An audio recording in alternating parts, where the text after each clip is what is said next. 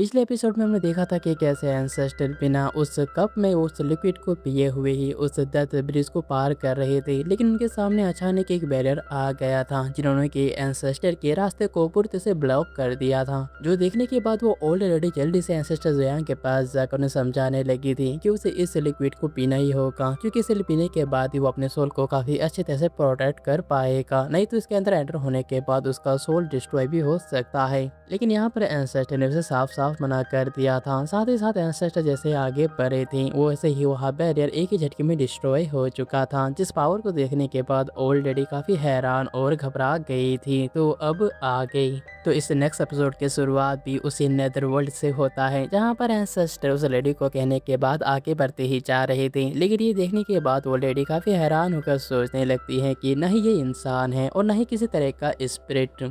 मुझे लगता है कि मुझे अपने मास्टर को इसके बारे में रिपोर्ट करना चाहिए। इतने कहने के बाद वो अपने मैजिक का इस्तेमाल करते हुए अपने लिए एक क्लोन क्रिएट करती है और यहाँ पर देखते ही देखते उस ओल्ड लेडी के जैसे ही एक और क्लोन क्रिएट हो जाता है, जिसके बाद वो ओल्ड लेडी कहती है कि कुछ देर के लिए तुम मेरी जगह ले लो। जिसके बाद वो ओल्ड लेडी अपने सिटी लॉर्ड यानी कि अपने मास्टर को इसके बारे में रिपोर्ट करने के लिए वहाँ से चली जाती है। साथ ही हम उस क्लोन को देखते हैं जो कि जल्दी से जाकर उस ओल्ड लेडी की जगह लेकर उस लिक्विड को अच्छी तरह से मिक्स करने लगती हैं। लेकिन तभी एंसेस्टर उसके पास आकर पूछता है कि आखिरकार सिटी लॉर्ड कहाँ पर मिलेगा। इस पर ओल्ड लेडी चुपचाप अपने एक हाथ से दूसरी तरफ इशारा करके एंसेस्टर को बताती है। यहाँ पर एंसेस्टर भी वहाँ से निकल जाते हैं। दूसरी तरफ यहाँ से सीन कट होकर हमें नेदरवर्ल्ड के सिटी लॉर्ड का सीन दिखाया जाता है, जो कि गोस्ट राइटर के किसी के राइटर को पढ़ रहा था। यानी कि यहाँ पर जो सिटी लॉर्ड था वो कॉमिक जैसे किताबों को पढ़ रहा था और साथ ही साथ काफी खुश भी होता है। लेकिन तभी कुछ ही देर में वहाँ पर वही ओल्ड लेडी काफी घबराते हुए बताती है कि सिटी लॉर्ड यहाँ पर एक बहुत ही बड़ा मुसीबत आ चुका है। ये सुनने के बाद सिटी लॉर्ड भी काफी तहक्का और बक्का रहता है। वो पूछता है कि आखिरकार क्या हुआ। तब ओल्ड लेडी उसे बताती है कि यहाँ पर एक हेल किंग आ चुका है, जो कि ना ही इंसान है और ना ही किसी तरह का स्पिरिट, और इसके अलावा वो मुझे बहुत ही अजीब लगा। साथ ही साथ वो काफी स्ट्रॉन्ग है। उसकी बातों को सुनने के बाद सिटी लॉर्ड भी हैरान होकर पूछता है कि तो फिर बताओ कि आखिरकार उसका कल्टीवेशन लेवल क्या है। इस पर ओल्ड लेडी थोड़ी घबराते हुए बताती है कि मास्टर वो दरअसल क्यों रिफाइनिंग स्टेज का है। लेकिन इस बात को सुनकर वो ओल्ड सिटी लॉर्ड काफी गुस्साते हुए कहने लगता है कि वो तो मेरे लिए एक कीड़े और मकोड़े से कुछ नहीं, मैं उसे जब चाहूँ तब बहुत ही आसानी के साथ मसल सकता हूँ। तुम तो बेकार ही इतना डर रही हो।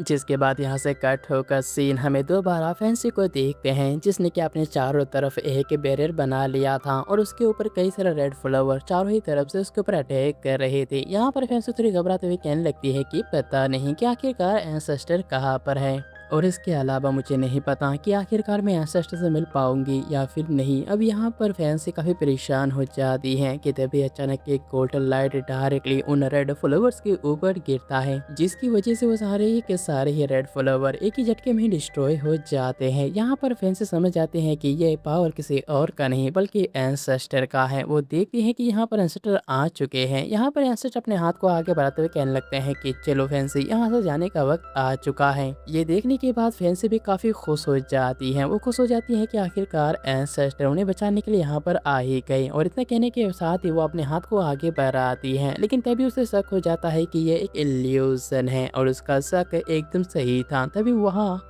जो कि एंसेस्टर बना हुआ था रेड फ्लावर के साथ फट जाता है, और दोबारा यहाँ पर फैंसी के ऊपर कई सारे रेड फ्लावर्स एक साथ अटैक कर देते हैं, जो ये देखने में सच में काफी खतरनाक भी होते हैं। जिसके बाद यहाँ से सीन बदलता है और हम कई सारे स्पिरिट्स को देखते हैं जो कि सोल टेम्पिंग हॉल नाम के एक हॉल के नजदीक जा रहे थे। वहीं पर हम देखते हैं कि यहाँ पर कई सारे स्पिरिट काफी डरे हुए थे, क्योंकि इस हॉल में जाने के बाद ही उन लोगों ने कितना ज़्यादा अच्छा काम और कितना बुरा काम किया था उन सब के बारे में पता चलने वाला था। साथ ही हम यहाँ पर एंसेस्टर को भी देखते हैं जो कि यहाँ पर आ चुके थे। तभी अचानक एक स्पिरिट उन्हें पहचान लेता है। वो एंसेस्टर से पूछता है कि आखिरकार आप यहाँ क्या कर रहे हो, आपको देखकर लग रहा है कि आप तो मरे ही नहीं। जिसके बाद स्पिरिट और एंसेस्टर आपस में बात करते करते उस हॉल के अंदर पहुंच जाते हैं, जहां पर वो स्पिरिट एंसेस्टर को बताता है कि वो जो ऊपर वो कछुआ है उसके अंदर जो कोई भी जाता है उससे पता चल जाता है कि उसने कितने सारे गुनाह यानी कितने सारे पाप और कितने सारे अच्छे काम किए हैं। ये हर किसी का हिसाब यहीं पर बता देता है।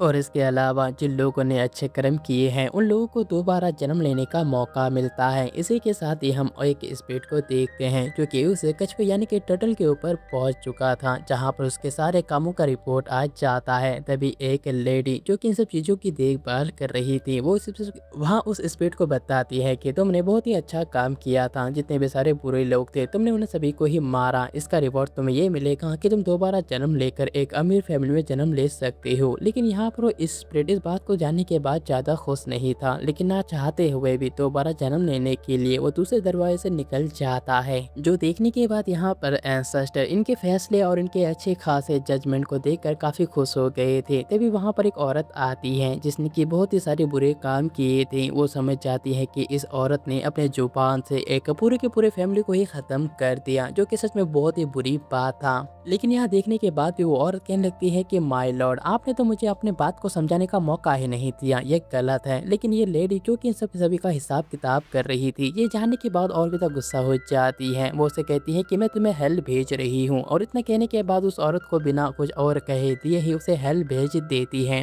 यहाँ पर एंसेस्टर सारे के सारे चीजों को काफी अच्छी तरह से देख रहे थे। तभी हम देखते हैं कि वहाँ पर अचानक ही जमीन के अंदर से एक ट्रेजर ओपन होता है, जिसके कि इनसाइड नाइटमेयर हेल कहा जाता था। हम देखते हैं कि कैसे यहाँ पर हर एक तरह के सोल को बहुत ही बुरी तरह से टॉर्चर और उनके गुनाहों का सजा दिया जा रहा था, जहाँ पर हर एक स्पिरिट दर्द के मारे चिल्ला रहा था। साथ ही हम उसी लेडी को देखते हैं जो कि यहीं पर फेंकी गई थी। कई सारे बंदे उन्हें पकड़ लेते हैं और वही लेडी जो कि सजा सुनाया था वो आगे आकर उस लेडी के जीप को काट लेती है, क्योंकि उसने अपने जुबान से एक हरे भरे फैमिली को ही खत्म कर दिया था। लेकिन यहाँ पर साथ ही हम देखते हैं कि कैसे एंसेस्टर इनके इस जजमेंट को देखने के बाद सच में काफी ज्यादा खुश हो गए थे। तभी और एक आदमी को लाया जाता है जिसने कि लोगों को झूठ बोलकर ठगा था। ये देखने के बाद ऑलरेडी काफी गुस्सा कर कहने लगती है कि तुमने बहुत ही बुरा काम किया है, क्योंकि तुम अपने बातों से जो लोगों को फंसाया करते थे वो लोग आगे चलकर आपस में ही मारपीट करके मर गई। जिस बात को सुनने के बाद वो इस पर डरते हुए कहने लगता है कि ऐसा नहीं हो सकता, क्योंकि मैंने सिर्फ झूठ ही बोला था, आखिरकार मैं किसी को कैसे मार सकता हूँ। लेकिन यहाँ पर एंसेस्टर सोल के बातों को सुनने के बाद थोड़े गुस्साते हुए कहने लगते हैं कि ये तो सच में काफी ज्यादा सेमलेस स्पिरिट है, जो कि अपनी गलती को भी नहीं मानना चाहता। लेकिन वही दूसरी तरफ वो लेडी जो कि इन सभी चीजों की जजमेंट कर रही थी, ये देखने के बाद और भी ज्यादा गुस्सा हो जाती है। वो डायरेक्टली उसे ऑर्डर देती है कि तुम्हें हेल के 80 लेवल तक पहुंचाया जाएगा। इस बात को सुनने के बाद दूसरी तरफ एंसेस्टर के पास जो स्पिरिट था वो कहने लगता है कि एंसेस्टर, मुझे लगता है कि आपको यहाँ पर कुछ भी नहीं बोलना चाहिए। जबकि दूसरी तरफ हम उस स्पिरिट को देखते हैं जो ये जानने के बाद काफी डर जाता है। लेकिन तभी अचानक वो अपने स्पिरिट कोल्डस को बाहर निकालते हुए कहने लगता है कि माय लॉर्ड, क्या इससे कुछ हो सकता है। इसकी बातों को सुनने के बाद वो लेडी भी उन सोने को लेते हुए कहने लगती है कि बहुत बढ़िया, तुम जाकर दोबारा रिबन हो सकते हो। जिस बात को सुनने के बाद वो आदमी काफी खुश हो जाता है। उसे लगता है कि उसने अपनी जिंदगी में इतने सारे पैसे कमाए थे, आखिरकार वो काम कर गया। लेकिन तभी वो लेडी कहने लगती है कि रुक जाओ, तुम्हें इतनी जल्दी जाने की कोई भी जरूरत नहीं, क्योंकि मैं खुद तुम्हारे लिए दरवाजा ओपन करना चाहती हूँ। इतना कहने के बाद वो एक गेट ओपन करती है, जो देखने के बाद वो आदमी सच में इस बार काफी खुश हो जाता है। लेकिन जैसे ही वह उसके नीचे जाता है अचानक उसे एहसास होता है कि उसके साथ धोखा किया गया है, क्योंकि असल में वो डायरेक्टली हेल में जाकर गिरता है, जिसकी वजह से अब वो स्पिरिट उस हेल वाले आग में जलकर अब तड़प ही रहा था। फिर वो लेडी कहने लगती है कि ये फेंगडू सिटी है, यहाँ पर तुम्हारा हिम्मत भी कैसे हुआ मुझे रिश्वत देने की, और इसके अलावा अगले 5000 साल तक तुम इसी तरह से जलते रहोगे, फिर उसके बाद तुम स्पिरिट के रूप में दोबारा जन्म लोगे। फिर वो लेडी कहने लगती है कि अब अगला कौन है, आ जाओ। यहाँ पर एंसेस्टर इसके जजमेंट को देखने के बाद सच में काफी खुश हो गए थे। फिर एंसेस्टर खुद आगे चले जाते हैं। एंसेस्टर जैसे ही उस ट्रेजर के अंदर पहुंचते हैं, एंसेस्टर का लेवल दिखाया जाता है। सबसे पहले एंसेस्टर का ये लेवल दिखाया जाता है कि उन्होंने कई सारे लोगों को मारा है। लेकिन देखते ही देखते यह गिनती अब बढ़ता ही जा रहा था। पहले एक पूरा रियलम आता है, और फिर ये देखने के बाद वहाँ पर जितने भी सारे स्पिरिट और वो जो लेडी थी वो काफी हैरान हो जाते हैं। वो समझ नहीं पा रहे थे कि आखिरकार एक अकेला बंदा एक पूरे के पूरे यूनिवर्स को ही कैसे मिटा सकता है, या फिर एक पूरे वर्ल्ड को। जिसकी वजह से अब उन सारे स्पिरिट के साथ साथ वो लेडी भी काफी ज्यादा घबरा जाती है। जिसके बाद वो अपने बुक को निकाल कर एंसेस्टर के नाम को ढूंढने की कोशिश करने लगती है, लेकिन काफी तक ढूंढने के बाद भी उसे कुछ नहीं मिलता। फिर वो काफी हैरान होकर पूछती है कि इसमें तो तुम्हारा नाम है ही नहीं, तो आखिरकार तुम हो कौन और यहाँ पर क्या कर रहे हो। जिस बात को सुनने के बाद एंसेस्टर आगे आते हुए उस लेडी को बताता है कि मैं टीआरएन सेट का मास्टर हूँ, और मैं यहाँ पर आज अपने टीआरएन सेट के डिसाइपल्स के स्पिरिट को रिसीव करने के लिए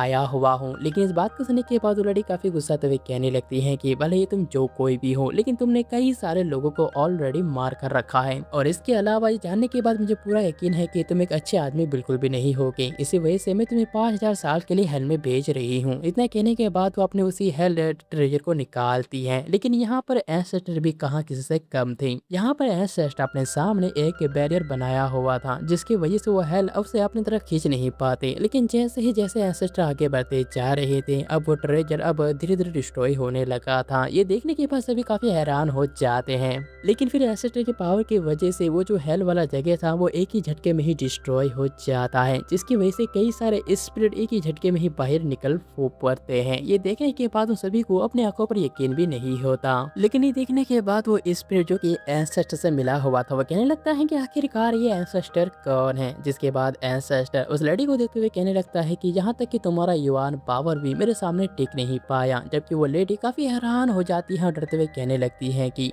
ये हेल ट्रेजर लगभग लाखों सालों तक हमारे पास था, आज तक किसी में इतना पावर नहीं था कि इसे डिस्ट्रॉय कर सके। लेकिन यहाँ पर एंसेस्टर उस लड़की के पूरी बातों को इग्नोर करते हुए उस डिस्ट्रॉय हुए ट्रेजर को देखने लगते हैं, जिन्हें देखने के बाद अचानक एंसेस्टर को समझ में आता है। फिर यहाँ पर एंसेस्टर अपने पावर का इस्तेमाल करते हुए उस डिस्ट्रॉय हुए ट्रेजर को धीरे धीरे ठीक करने लगते हैं। यहाँ पर एंसेस्टर अपने हाथ और अपने मैजिक का इस्तेमाल करते हुए एक ही साथ ही उन पूरे ट्रेजर को ही पूरी तरह से रिकवर कर देता है। यहाँ तक कि उसे रिकवर करने के साथ साथ एक तरफ हेल तो एक तरफ हेवन क्रिएट कर देते हैं। ये देखने के बाद वो लेडी काफी हैरान हो जाती है। वो कहने लगती है कि ये पहले से काफी ज्यादा स्ट्रॉन्ग लग रहा है और साथ ही साथ काफी ज्यादा बड़ा भी, तो आखिरकार तुमने ये सब कुछ किया कैसे। लेकिन यहाँ एंसेस्टर ने बताता है कि तुम्हारा जो जजमेंट है वो काफी ज्यादा फेयर और काफी ज्यादा अच्छा है, जिसे देखने के बाद मैं सच में काफी ज्यादा खुश हो गया। लेकिन तुमने जो सजा दिया है वो काफी ज्यादा बेकार है, तुम्हें और भी ज्यादा सख्त होना चाहिए। जो बहुत ही ज्यादा बुरे काम करते हैं उन्हें दोबारा जन्म लेने का मौका मत देना। और इसके अलावा मुझे ये बात में पूरा यकीन है कि अगर तुम्हारा सिटी लॉर्ड बिस्टेयर को देख लेगा तो उसे भी मेरे सामने ही झुकना होगा। जो देखने के बाद ऑलरेडी समझ जाती है कि असल में एंसेस्टर का इरादा इस जगह को डिस्ट्रॉय करने का है ही नहीं। इसके बाद एंसेस्टर वो लेडी को कहने लगता है कि बताओ कि तुम्हारा सिटी लॉर्ड कहाँ पर है। जिस बात को सुनने के बाद वो लेडी थोड़ी घबरा जाती है। लेकिन फिर एंसेस्टर दूसरे डायरेक्शन में जाते हुए कहने लगते हैं कि चलो ठीक है तो मुझे रास्ता दिखाओ। लेकिन वो लेडी थोड़ी हैरान हुए कहने लगती है कि एंसेस्टर असल में आप गलत डायरेक्शन में जा रहे हैं, बल्कि हमें दूसरी तरफ जाना है।